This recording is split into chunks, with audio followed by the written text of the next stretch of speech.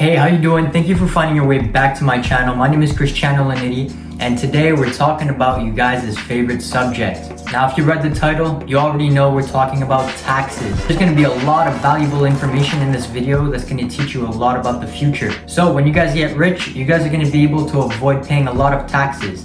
And I want to clarify, you're going to be able to avoid paying taxes, not evade, okay? Because tax evasion is very illegal and I do not recommend you evade your taxes. However, there are a lot of legal ways to avoid paying taxes. I'm going to cover some of these ways in today's video. So if you're interested in that, stick around. We're going to get into it. We're going to talk about all the ways that I'm aware of that you can avoid paying taxes in Canada and the USA. So firstly, I'd just like to talk about the two main types of taxes that you're going to be facing as a business owner or just a citizen in general. So these two kinds of taxes are going to be capital gains taxes and income taxes. So capital gains are sources of income which derive from things like a business, an investment, an asset. So all the money you make from an investment or an asset is going to be capital gains. And yeah, you're going to be taxed differently on those kinds of income, whereas income tax is completely different. So if you're working a 9 to 5 and you get a bi-weekly paycheck or a weekly paycheck, you're going to be charged income tax. So if that sounds a little bit complicated, let me simplify. Capital gains come from stocks, investments, and assets.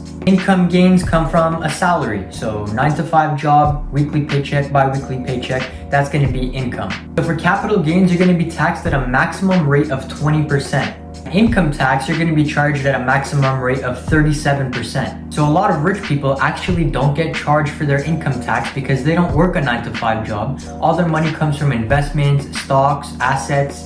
So that's why rich people are saving a lot of money when it comes to taxes. Now, a lot of rich business owners like Elon Musk and other investors will give themselves a yearly salary of $1. Now, why would they do that? Why would they give themselves a yearly salary of $1? And how does that make sense if they're so rich? Well, that yearly salary of $1 is charged under income tax. So you can imagine 37% of $1 is not a lot of money. So how are they paying for all of these other things that they're buying, all these investments that they're making, all these assets that they're spending money on? Well, Mr. Elon Musk is going to go to the bank, he's going to get a loan, and he's going to use his investments and his stocks as collateral. And loans are completely tax-free. So Mr. Elon Musk is going to go to the bank, ask for $100,000, use his investments as collateral, and not pay any tax on that $100,000. And this is why you are paying more taxes than the rich. So for example, you make $400,000 from capital gains. You're only going to be taxed about $50,000 on that $400,000. Whereas if you're making $400,000 on a salary, you're going to be charged about $110,000. All right, so now let's talk about vehicles and taxes. How are you going to decrease the amount of taxes that you pay on a vehicle? You can do this by simply owning a business that is under a corporation. And if that sounds complicated to you, it really isn't. All you need to do is go on Google and search up incorporate my business. Make a business real quick, incorporate that business, and boom, you have an incorporated business. Even if you're making $1 a year, it still counts as an incorporated business. So if you buy a vehicle as a tax write-off under your corporation, you're only going to be expected to pay about 3.2% on that vehicle. It doesn't cost much. You don't need to have a successful business. Just having an incorporated business is going to save you a lot of taxes along the way. All right, now next, if a vehicle is over 6,000 pounds, you might have heard of this one. That vehicle will qualify for Section 179 of the tax code.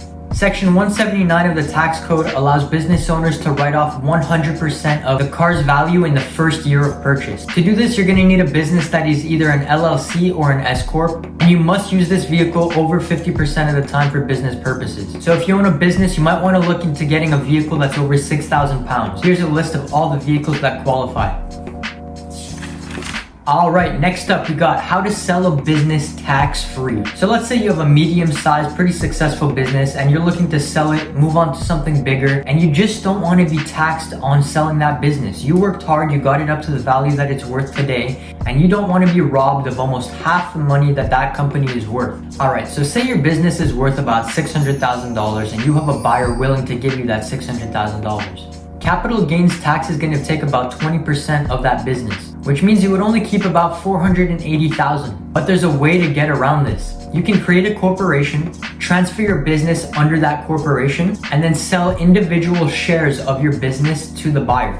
This means you're going to still make your $600,000. However, each one of these individual shares that you're selling to the buyer are qualified as small business corporation shares, which means they're eligible for lifetime capital gains exemption. which means it's reducing your tax liability to zero.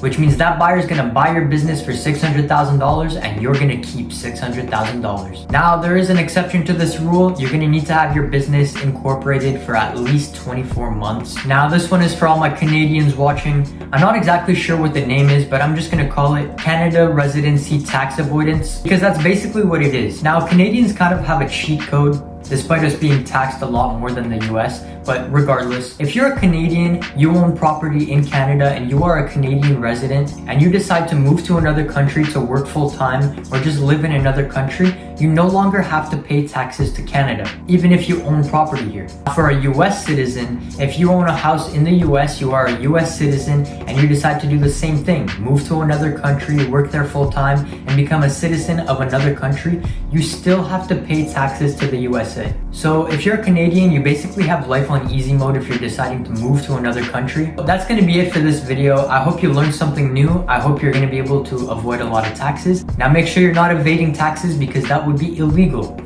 Now, I just want to advise you that I am not a financial expert nor an advisor, so go do all of your own research. Anyway, so that's going to be all for this video. I hope you guys learned something new. My name is Cristiano Laniti. All my socials are in the description down below. I wish you guys wealth, I wish you health, and I wish you riches. I'll see you guys in the next one. Peace.